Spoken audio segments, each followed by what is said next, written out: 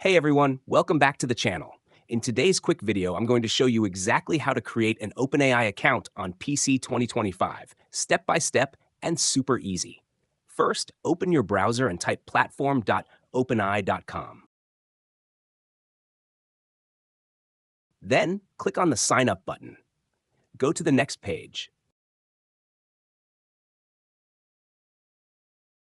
Enter your email address and click Continue.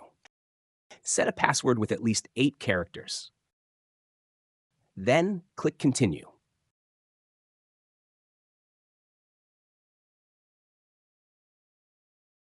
Now it's time to verify your Gmail.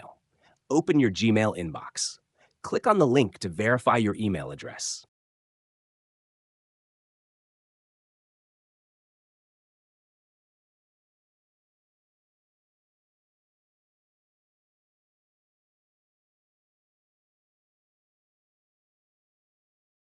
Now fill in the boxes.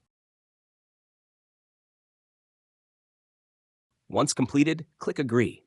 Boom! Your OpenAI account is successfully created. And that's it. Super easy, right? If this helped you out, make sure to like, subscribe, and drop a comment if you have any questions.